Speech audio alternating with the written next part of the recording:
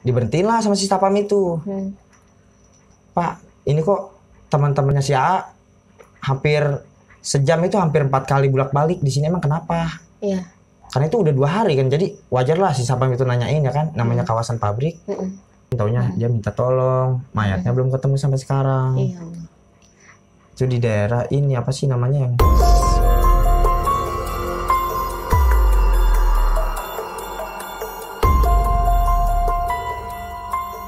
Assalamualaikum warahmatullahi wabarakatuh. Selamat datang kembali di malam Jumat Miku. Akhirnya setelah sekian lama kita bisa berjumpa lagi nih guys. Setelah gue melalui beberapa kesibukan. Dan doain semoga YouTube gue ini gue tetap konsisten untuk berkarya terus. Nah, malam ini ada narasumber horor kita bersama dengan Aditya. Idi, mantap. Gue panggilnya Adit aja ya? Adit aja. Kalau kepanjangan ntar sulit. Sulit ya, oke. Sulit melupakan. Jangan ke situ berat. Oke deh. Kita langsung masuk aja lah ya ke ceritanya. Karena gue udah kangen juga nih ngomong-ngomongin soal horor nih, Dit. Ini kan kebetulan podcast gue ini podcast tentang horor nih, Dit. Boleh. Nah, terus gue denger-denger nih dari ipar gue, lu punya beberapa lah ya kisah-kisah horor yang lu alami gitu. Nah, dari kisah-kisah lu itu gue pengen tahu nih, sebenarnya lu tuh ngalamin apa sih? Ya kalau gue sih gimana ya? Kalau misalkan dari horor, semenjak dari kecil sampai sekarang, cuma paling pernah sih gue nggak percaya sama yang namanya setan gitu ya. Cuma pernah kemarin 3 hari berturut-turut itu gue ngelihat secara langsung. 3 hari berturut-turut. 3 hari berturut-turut di jam yang sama. Oh iya. Di jam yang sama. Itu gimana tuh? Gimana ceritanya? Lu lagi Ya awalnya habis sih dari mana, ngapain? gue emang habis dari touring sama anak motor gue. Gue balik. Emang gue balik biasa emang lewat situ terus gitu loh. Cuma baru kali itu gue balik lewat situ jam sekian. Jam sekiannya itu jam berapa? 2:30 malam. Oh, malam. Malam. Terus? Ya gue nggak tahu kenapa biasanya ya adem-adem aja ya kan. Terus pas nggak tahu kenapa di hari itu kok gue ngeliat yang gimana kayak semacam kayak sosok pocong gitu loh. Tapi gue sempat nggak percaya, gue balik lagi. Gue cariin tapi nggak ada. Besoknya gue ada acara lagi, gue balik lewat situ lagi di jam yang sama tapi gue ngeliat lagi. Di situ gue berhenti, cuma gue nggak ngelewatin dia. Sebelum dia gue udah berhenti. Gue senter dulu pakai motor. Jarak berapa meter tuh lu bisa ngelihat? Perkiraan 10-15 meter lah. Itu kesorot lampu Tapi senter. iya, tapi mukanya itu benar-benar gimana ya? Hancur. Kita nggak bisa ngelihat muka dia, matanya di mana, itu bibir di mana, hidung di mana, nggak tahu. Karena penuh sama darah, udah hancur buruk gitu loh. Itu hari kedua tuh. Hari kedua, hari ketiganya malah lebih parah. Kenapa? Jadi gimana? Emang gue juga walaupun emang ngomong ke orang berani, tapi kan gue juga ada rasa takut-takut dikit lah ya. Pasti manusia. Dari jauh gue lihat tempat biasa yang gue lihat itu nggak ada. Tapi nggak tahu kenapa pas gue jadi hampir mau ketabrak sama gue, dia lewat. Dia nyerebet banget di depan gue, itu yang bikin gue bingungnya itu. Ya Allah, lu belum apa-apa, Dit. Astagfirullah. Terus. Ya gimana ya, gue namanya bingung ya, kata gue ini siapa gitu loh. Gue berhenti. Gue motor gue standar 2, gue cariin juga sampai ke belakang kandang ayam orang gue cariin. Penasaran karena gue itu gimana ya, emang dari awal nggak terlalu percaya sama hal begitu gitu loh. Terus berhubung itu 3 hari berturut-turut, yang hari ketiganya makanya itu gue cariin motor sampai gue tinggalin jauh banget. Iya. Makanya ini ada pertanda apa gitu loh, kok 3 hari berturut-turut di jamnya yang sama. Ya gitu aja sih paling kalau dari situ mah. Nah, tapi berarti kan yang hari ketiga nih gue mau ini lagi ya, reka adegan gitu.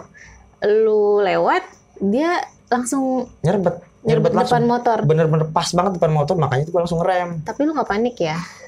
Panik sih dikit. Panik dikit. Sempat rasa takut juga ada, cuma rasa penasaran juga ada. Takut ada, lah siapa sih?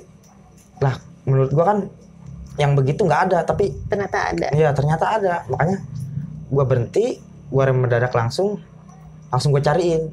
Itu kalau emang dia kenapa sih gitu kok nemuinnya ke gue terus? ada apa gitu, ada dendam pribadi atau apa gitu loh. Atau mau ada ucapan yang disampaikan ke keluarganya atau gimana. Kan kalau gue mikirnya ke situ ya. Makanya gue berhenti, gue cari. Maksud dia kayak gitu itu apa gitu loh. Makanya gue pengen tahu, cuma dianya nggak ada. Kalau lu panik kan maksudnya bisa aja gitu kecelakaan, lu mentok kemana kek, lu nyusur kemana kek gitu kan. Bawa motornya itu jadi nggak balance gitu, nggak imbang. Ya kalau misalkan, kalau kayak gue sih, yang namanya panik, emang sih kalau misalkan posisi jalannya banyak motor, mungkin gue juga udah ketabrak dari belakang. Karena gue benar-benar mendadak ngerem langsung berhenti motor juga. Tapi berarti itu jalanan sepi? Sepi gue doang. Iya, gila. Gak ada lagi. Gila, iya sih, iya juga ya, jam 2:30 malam guys. Wah. Nah, emang sih pernah gue teman-teman klasik gue ajak main ke rumah. Terus dia nggak ada yang tahu jalan, taunya lewat situ doang. Dia pada lewat situ, itu muter-muter sampai 2 hari. Hah? Muter-muter 2 hari. Sedangkan dari tempat itu ke rumah lu berapa lama waktunya? Paling nggak ada 5 menit 10 menit. Dari rumah gue ke situ nggak ada 10 menit. Tapi dia muter dari 2 hari. Dari si pabrik itu, muter ke depan ke jalan raya, dia masuk lagi ke Ponblok.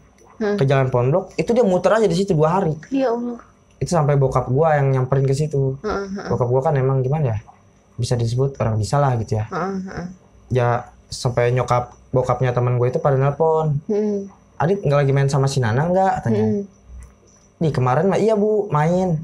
Tapi kok dia 2 hari belum pulang. Gua ngecek nomor teman gue yang satu lagi, kan dia berempat tuh, 4 motor.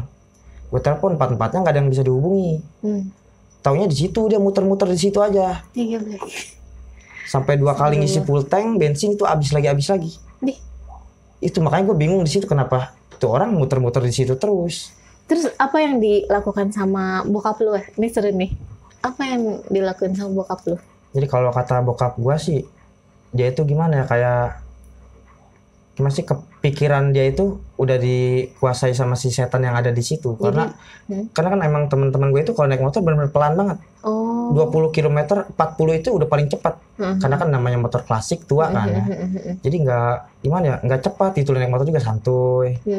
Jadi kalau kata bokap sih, otak-otak dia itu udah di ibarat bahasa ininya mah kayak WhatsApp disadap.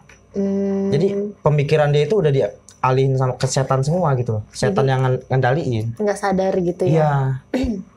Tapi iya sih ya, susah juga ya. Terus ketika sama bokap lu misalnya diurus lah, sadar dong empat-empatnya ini dong. Terus apa yang mereka rasain? Mereka bilang sesuatu nggak, atau cerita sesuatu? Nggak tahu apa-apa. Dia cuma bilang, Dit, aing balik heula lah. Kan isu kan Senin aing gawe isu. Di. Kan dia kuari teh penahan pe Kamis. Kamis kan orang kamari jalan-jalan gitu Minggu tuh angin kan asup lah Senin. Jadi situ jadi gimana ya, kayak bener-bener lupa hari gitu loh. Bener nggak tahu apa-apa. Dia taunya itu pas dia sadar itu dia pengen pulang karena besoknya kerja pagi. Karena yang namanya gimana ya, emang teman gue itu hampir rata gimana sih, kayak long shift gitu ya, pagi terus kerjanya. Jadi yang dia tahu itu cuma kayak gitu doang. Kok aing di dia bayanya cina. Dia taunya gitu doang. Kok gue di sini aja ya? Atau emang lu mau kemana? Sama gue kan digituin ya. Emang lu mau kemana? Aing bingung, kata dia gitu. Jadi kayak linglung gitu ya? Iya, jadi bener-bener nggak kepikiran sama sekali dia kemarin muter-muter di situ gitu loh. Itu kan awalnya emang gimana ya? Emang dari sapam pabrik daerah situ itu tahu sama gue sama bokap kan. Ya emang gue setiap hari gimana ya, bolak-balik di situ, terus sapamnya juga pada kenal. Terus pas sore-sore bokap gue lewat situ abis ngejemput nyokap. Diberhentiin lah sama si sapam itu. Pak, ini kok teman-temannya si A hampir sejam itu hampir 4 kali bolak-balik di sini, emang kenapa? Iya. Karena itu udah 2 hari kan, jadi wajar lah si sapam itu nanyain ya kan, namanya kawasan pabrik. Ya jadi si bokap gue itu jawabnya, yang mana pak orangnya? Ini pak orangnya udah saya amanin. Jadi dia itu pada berhenti semua di yang tadi kata gue ngelihat sesuatu tuh, sesuatu yang hancur itu dia di situ ngederet pada berhenti. Jadi sama si sapam ditarik, dibawa ke pos. Itu sore-sore itu pas ditarik subuh, dibawa ke pos. Tapi pada diem aja, nggak ada yang tidur nggak apa kata dia. Diem aja, jadi ngobrol enggak. Itu dari 4:30 sampai 4:30, nggak ada yang ngobrol, nggak ada yang minum, nggak ada apa. Itu sama si sapamnya juga sempat ditawarin air minum. Nggak ada yang diminum. Saking linglung bingung gitu kali Iya, ya. jadi cuma gimana ya? Diem gini aja. Itu dari pokoknya dari pagi, itu dari subuh 4:30-an. Itu sampai jam 10 pada diem aja. Makanya si sapam itu bingung. Terus si sapam itu kan tahu kalau misalkan kayak gue itu kan kalau dia itu anak teman-teman gue gitu loh.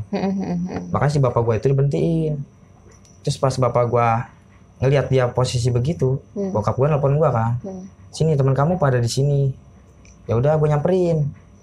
Kenapa orang pada cengok semua kata gue kan? Kan biasanya kalau gue datang, woi brother, lu dari mana aja gitu kan? Pada gimana sih namanya anak tongkrongan ya? Bawel mulutnya. Itu nggak tahu kenapa kata gue. Kok gue datang pada diem aja. Gue juga sempat bingung di situ. Gue bingung kata gue ini orang kenapa ya? Tapi bajunya bekas kemarin. Baju, sweater, sepatu masih pada kotor bekas kemarin, bekas jalan-jalan. Nanya ke bokap, emangnya kenapa pak? Orang bapak aja diberhentiin di sini. Terus sama sapam dikasih lah air putih tuh kan, bokap minta air putih kan 4 gelas tuh buat orang satu-satu. Minta 4 gelas dikasih sama sapam. Kita udah didoain gimana gitu sama bokap ya. Jadi tahu-tahu pas dia sadar, wih dit jam raya aing gawe kata dia. Gawe ku masih ya, yang sore ki jam 2. Kata gue itu. Ini udah jam 2, lu mau kerja di mana? Jam 2. Kan aing balik ti Mas ya ge isuk-isuk. Isuk-isuk kumaha? Atuh kan aing balik ti Mas ya isuk-isuk dit. Terus kuarita poe naon nih sebenarnya? Atuh poe Kamis. Kamis, aing tilu poe atuh tak asup gawe. Aduh dipecat ya Mas cenah. Dia situ doang mikirnya. Atau emang lu kemarin kemana aja? Kenapa nggak balik ke rumah? Nyokap bokap lu nelpon gua. Padahal aing kamari balik merendit. Kan balik ganti baju. Terus kan orang jalan-jalan. Tah, matas jalan-jalan sih ke mana? Kan di masih heula. Tuh, lu abis dari rumah gue itu kemana? Atau balik meureun jeung budak bebarengan teh ya? Masalahnya kata gue itu kan, masalahnya nyokap bokap lu itu pada nelpon ke gua. Lu tahu nggak sekarang hari apa? Tuh hari Senin. Kata dia itu kan. Lu lihat HP lu pada buka deh. Wih, yuk kalender ngaco cenah. Kata gue mana ada kalender Google ngaco. Elunya yang nggak tahu, lu 2 hari puter-puter di sini, 2 hari 2 malam. Puter-puter, oh gawe anak aing. Ya gimana ya, gue aja kagak tahu lu gimana ceritanya itu bisa begitu. Dia aing sumpah tanya, oh iya cenah. Lah yang gede balik ke mana ya? Itu sampai jalan balik aja gue tutur satu-satu. Ya Allah. Bingung mau baliknya kemana, arah ke Citra kemana kata dia. Emang perantau semua gitu ya. Emang aslinya dari luar semua. Tapi rumit nggak sih sebenarnya jalanan dari lokasi itu tuh ke rumah lu? Nggak ada rumitnya, tinggal ngikutin jalan doang. Nggak ada yang jalan bercabang gitu-gitu? Itu dia orang itu bukan cuma sekali 2 kali main ke rumah itu. Oh, jadi harusnya udah hafal lah ya? Iya, harusnya mah. Cuma kan nggak tahu kenapa itu kok bisa muter-muter di situ 2 hari 2 malam. Itu yang dibingungin bokap di situ karena tapi pas sama bokap ditanya-tanya, pas sengaja kan jadi sama bokap dikorbanin 1 orang tuh buat mediasi gitu ya. Oh, jadi, main mediasi. Ya, jadi dijajal dimasukin, taunya dia minta tolong, mayatnya belum ketemu sampai sekarang. Iya. Itu di daerah ini apa sih namanya yang aliran Cisadane apa sih itu namanya? Yang mau arah ke pantai itu apa ya? Di sana mau arah ke pantai. Pantai Serang. Pantai ya, mana nih? Pokoknya pantai-pantai daerah sono lah yang sealiran dari Laut Cisadane itu. Dia ngomongnya di gang aliran Cisadane. Mayatnya sampai sekarang belum ditemuin, udah 3 tahun. Yo.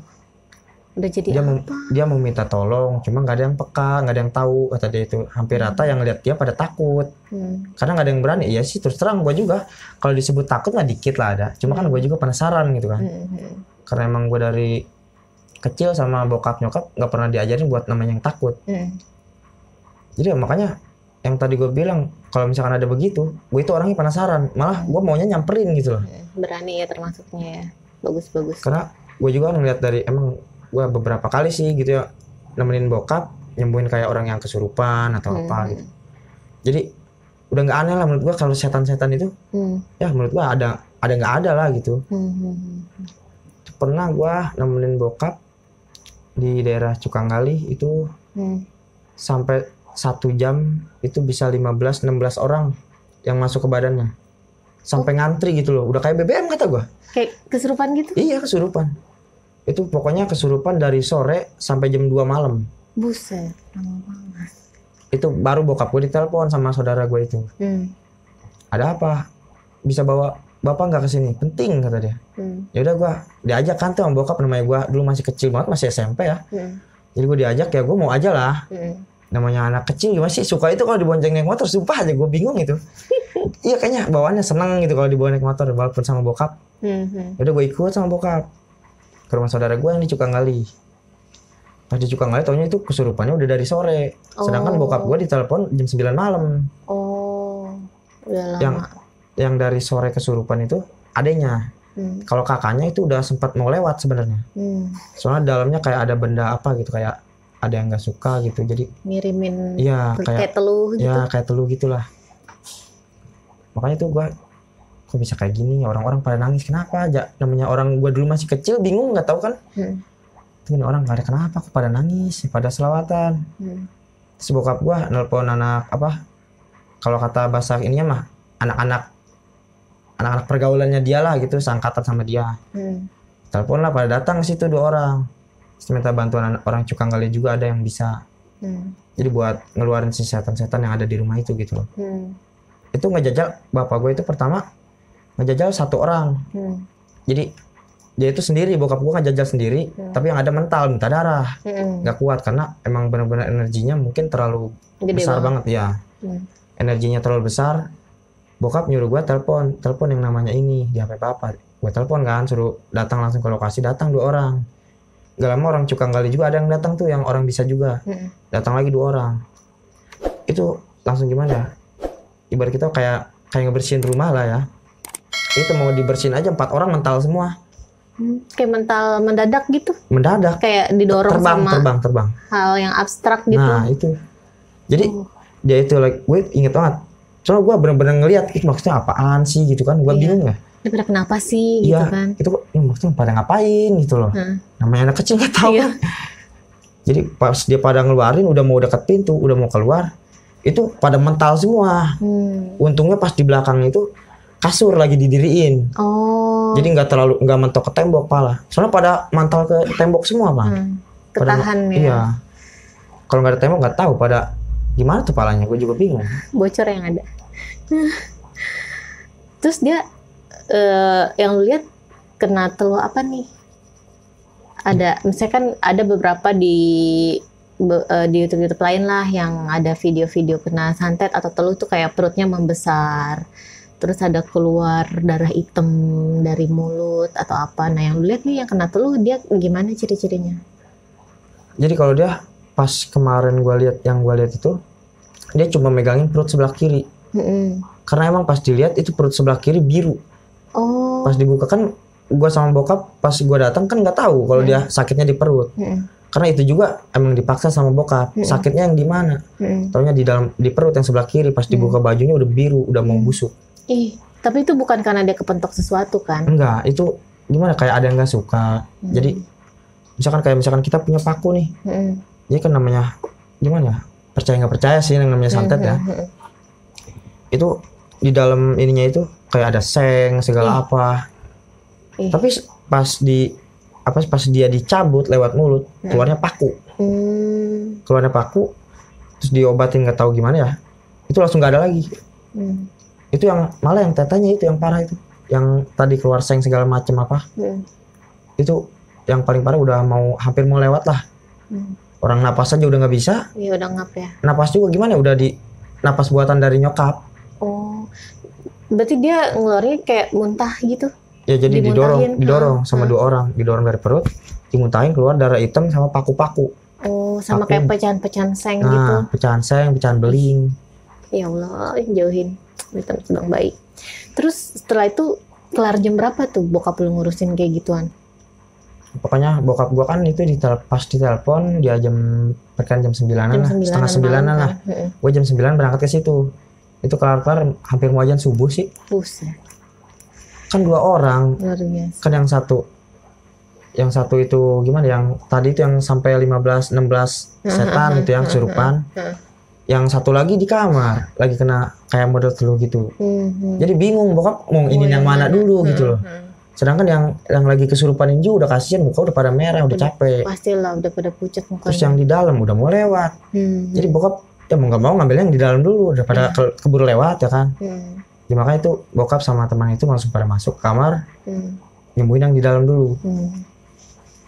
Tapi niatnya tadinya itu sama keluarganya itu disuruhnya dibalikin, dibalikin ke yang ngelakuin itu gitu loh. Misalkan kayak gue mau nyantet orang. Terus sama orang itu dibalikin lagi ke gua. Nah, niatnya keluarganya itu nggak kayak gitu, cuma sama bokap gua nggak diizinin. Bagus. Apa kata bokap lu? Kalau emang masih mau niatnya buat dendam pribadi, saya nggak mau ikut campur. Mending saya masukin lagi semua.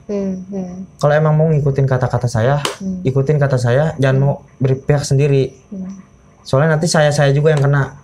Karena kan tujuan saya di sini buat ngebantu, nolongin. bukan buat nyakitin orang lagi. Ya di situ mau nggak mau lah keluarga dia itu nurut gitu loh. Karena kan dia juga harusnya berterima kasih lah udah dibantuin. Ya gitu sih paling. Oh gila. Gue jadi ini nih agak kayak mengkorelasikan antara cerita yang lu ketemu tadi tuh sampai 3 kali yang si Pocica itu. Tapi sumpah hancur itu muka. Itu dia yang minta tolongnya. Dia yang minta tolong. Iya sih, yang bentukan pocong itu. Iya, jadi gimana ya? Kayak semacam korban tabrak lari, tapi dia itu mental, tapi nggak ada yang nyariin gitu loh. Dia mental tapi nggak ada yang nyariin. Itu pokoknya pas dia mentalnya itu terjunnya itu masuk ke aliran Kali Cisadane. Cuma sampai sekarang itu belum ada yang nemuin, nggak tahu di mananya. Udah kebayang sih gue.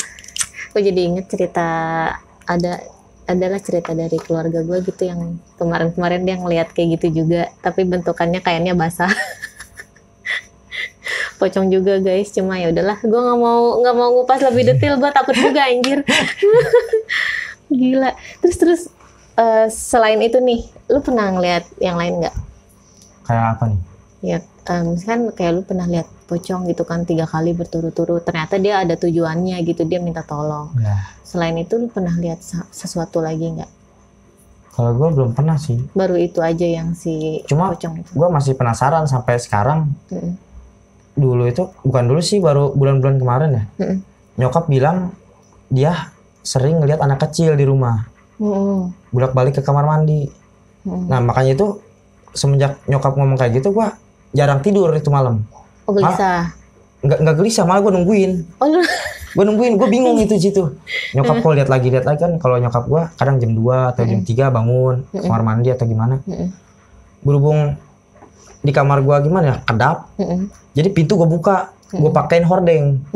Hordeng cuma, tapi nggak sampai bawah banget. Gue sisain segini, biar gue tiduran bisa sambil ngeliat gitu loh. Bener apa enggak yang lewat itu anak kecil. Berarti hordengnya lu atur nih, biar ada jarak, lu bisa ngeliat siapa yang lewat depan kamar lu gitu. Terus itu sampai seminggu, tapi gue nggak lihat, bingung gue.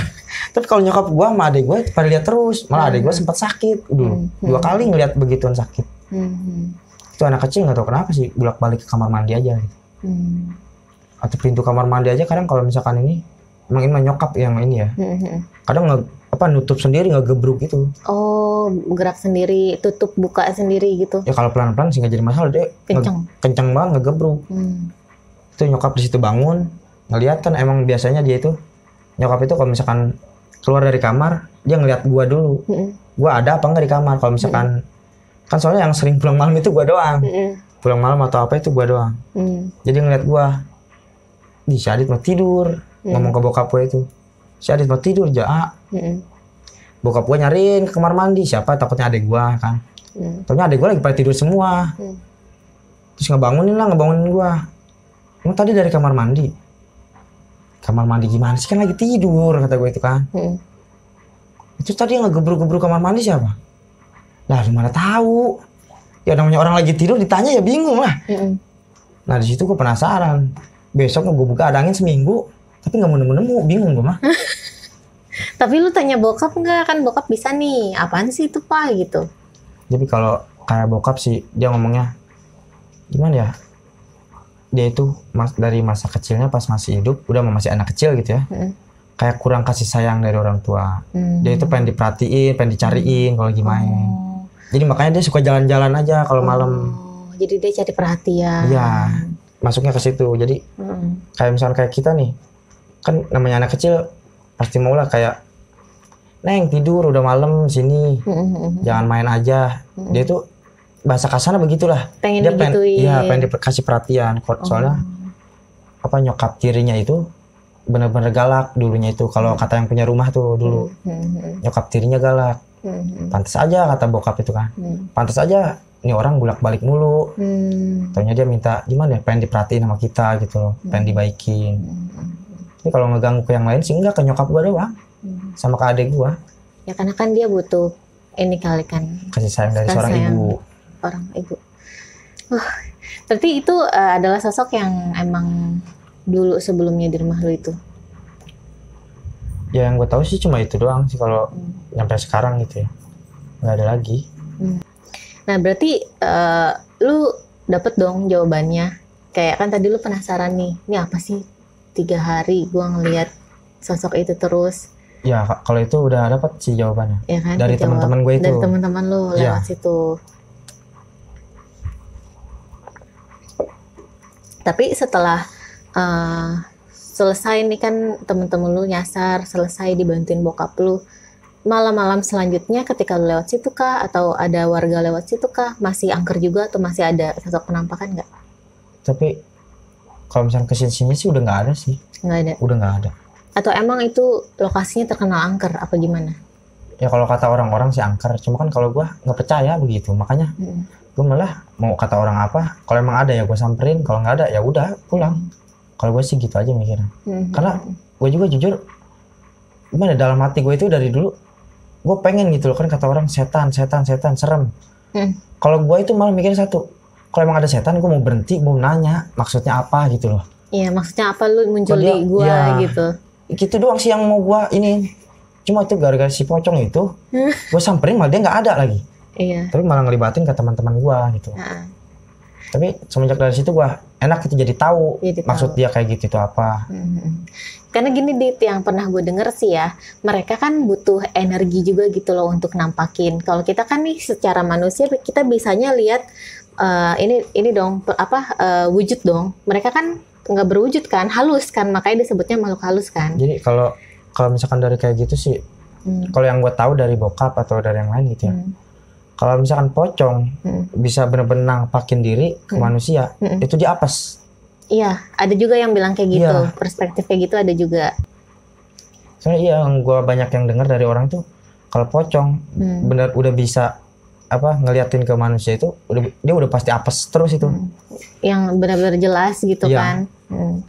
Iya, jadi kayak dia butuh energi untuk muncul, untuk berkomunikasi gitu. Dia butuh tuh energi, makanya mungkin kenapa dia cuma bisa ngasih lihat ke elunya tuh sekilas-sekilas. Banyak sih yang ngomong kayak gitu. Banyak perspektif lah ya, namanya kita membicarakan gaib kan, nggak akan mungkin bisa nemu mana yang benar mana yang salah. Wah, tapi gila sih, gila juga. Tapi lu masih inget ya mukanya sampai sekarang ya? Masih lah. Kainnya gimana? Lusuh? Kotor banget. Basah gitu. Gimana kayak tanah merah udah acak-acakan di baju putih itu gimana sih? Ya pokoknya udah nggak ada wujud, mata aja nggak kelihatan di mana. Kan katanya nih ada yang lihat pocong tuh matanya merah gitu, mukanya hitam kayak gitu nggak? Jadi kalau itu kita nggak bisa ngelihat matanya di mana, itu nggak tahu, itu udah kayak gimana ya? Saking hancurnya. Saking hancurnya. Jadi yang kita lihat cuma muka itu agak hitam, agak merah, banyak darah. Jadi kayak gimana, kayak koreng buruk gitu loh. Lumayan sih guys. Gue baru mulai ngonten lagi nih, jujur aja nih. Tapi udah dikasih suguhan yang pocong-pocongan, ya Allah, paling ngeri sebenarnya gue yang kayak gitu tuh. Kayak aduh, semoga nggak terbawa mimpi nih gue ya ngedengar cerita lu. Tapi entah kenapa nih Dit, cerita-cerita kayak gitu tuh seru gitu. Kayak kita takut nih, tapi kita seneng dengerin. Kayak gitu tuh, yang penyuka horor tuh biasanya kayak gitu. Sama sih, gue juga kadang bingung kalau kayak gitu. Iya kadang gitu. Iya kadang kan udah tahu serem gitu ya, tapi seru itu nggak. Tapi seru, iya benar. Ceritainnya tuh kayak seru gitu. Tapi kita takut. Kalau gue takut. Tapi seru gitu buat diomongin. Tapi ya gitu, ya pokoknya gitulah, kalian pasti bisa merasakan.